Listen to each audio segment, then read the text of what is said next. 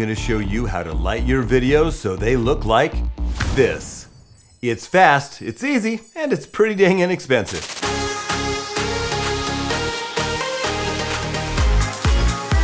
Hey, my name's Trevor. I'm the Hollywood editor turned full-time real estate agent. On this channel, I teach real estate agents to create better videos so they can sell more houses just like I've done. To make sure you don't miss out on future content, make sure you hit that subscribe button right down there. And right next to it, there's a little bell. Tap the bell and you'll get notified every time I upload a new video. Since I was 15 years old, I've been into photography. In fact, I even had a darkroom in this very house where my mom still lives. At one point in my life, photography was my full-time career. So I've been messing with lighting for a very long time. We could talk about lots of ways to light your face for your video. We could talk about loop lighting or side lighting, broad lighting, narrow lighting, Rembrandt lighting, monster lighting, backlighting, or butterfly lighting. But we're not gonna do that. I'm just gonna show you how I quickly, easily, and inexpensively light my videos every time so they're consistent and pleasing to the eye, especially if she's in them. Hi! I'll show you what lights I use and why, where I put them, and where I put the subject in relationship to the background and the camera so you can make the best use of your space. Also, Hal the Kaiser from my private Facebook group was trying to figure this out, so I thought I'd make him a video. You don't mind talking about it, do you? There are an unlimited number of ways to beautifully and creatively light a subject for video, but most of us here are probably real estate agents. What we really want is to have the subject evenly lit with no harsh shadows. We like to see some catch lights in the eyes and maybe try to minimize the shadows in the background. We want this to be simple and duplicatable and generally pleasing to the eye. My studio is probably a lot like yours. I have an office that is about 10 by 10 or 11 by 11. And in this office, I've got a desk. This is my desk right here by the window. And on this side of my room, I have my shoot space. Now I keep my shoot space, my studio, just backed up against the wall, and I just pull it out whenever I need to use it. And I also have my lights and my tripod just lined up against the wall right here so I can just set this thing up in, 2 or 3 minutes and be rocking. There's a misconception out there that you need to have a lot of space to make beautiful talking head videos. But the reality is you can make some pretty decent looking stuff in whatever space you have. First, let's talk about lights. Yes, you can use window light, and that's beautiful. The disadvantages are you're stuck with whatever your background is unless you want to change it, because you got to be right next to the window. And number two, the light outside is always changing. Part of making good videos look consistent is having them lit consistently and evenly every time. So that's why I choose to use, for most of my videos, studio lights. Now, the lights I use are these newer LED panels.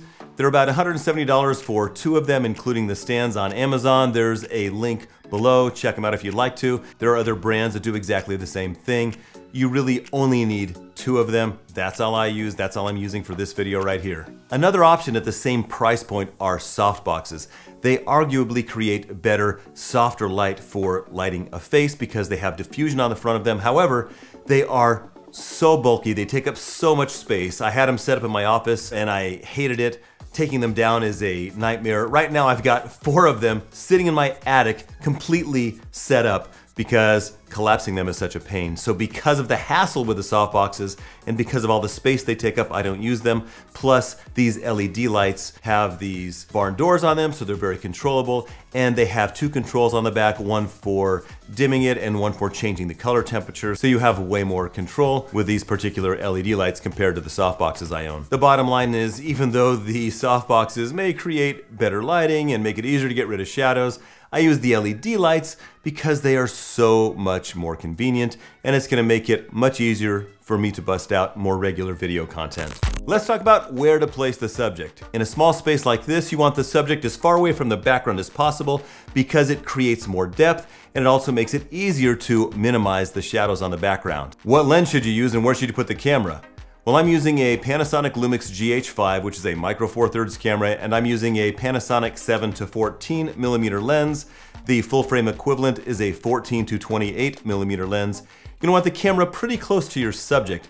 In my case, I have the lens zoomed in to 14 millimeters, and it's about 2.5 feet away from my face. The closer the camera is to the subject, the more control you have over the depth of field, which means that you can sort of blur out the background to separate the subject from the background, which looks better. But because this is such a wide angle lens and I'm still relatively close to the background, I'm not able to really blur out the background much at all, so don't stress about that. The camera lens should be at or slightly above eye level for a more aesthetic image. Oh, by the way, if anyone's interested in really jump-starting your video content creation, I do have a full course teaching realtors from A to Z how to grow their business by creating better videos. If you're interested, go to dwvtoday.com and type in the code Thor, and you'll be able to get the course for just under $53 a month. Where do you place the lights? Well, I place my LED lights on either side of the camera, the same distance from the camera, 8 to 12 inches above the lens. The reason for that is having the lights evenly spaced away from the camera and having them on the same intensity setting, I am able to have one light help cancel out the shadows of the other light. Also, having the lights above the height of my subject casts the shadows downwards so they are less visible. It might be tempting to raise the lights really high so the shadows just fall on the ground, but if you get the lights too high, it's gonna create shadows under your eye and not be appealing. You wanna make sure you see these catch lights, see these little dots. You wanna see those because it makes the eyes pop. So don't go crazy and raising the lights too high. Find that happy medium where your eyes pop and the shadows are minimized as much as possible and you don't have big dark shadows in your eye sockets. Here's my final tip. If you still have unattractive shadows on your background, you might want to consider changing your background. If you have a solid background, shadows are going to be more visible. If you have a background with some kind of a pattern to it, like this wooden background I have, the shadows are going to be way less prominent and people aren't even going to notice. There are a million options for a background. You can use wood like I have here. You can get a paper background with an unlimited number of possibilities, or you can even get peel and stick tiles and just stick them to your wall, and all of it will look pretty great. Great outdoor lighting is an entirely different beast. I've created a video about that right here. Make sure you subscribe so you don't miss out on future content so you can dominate your market with video. I can't wait to see the stories you have to tell.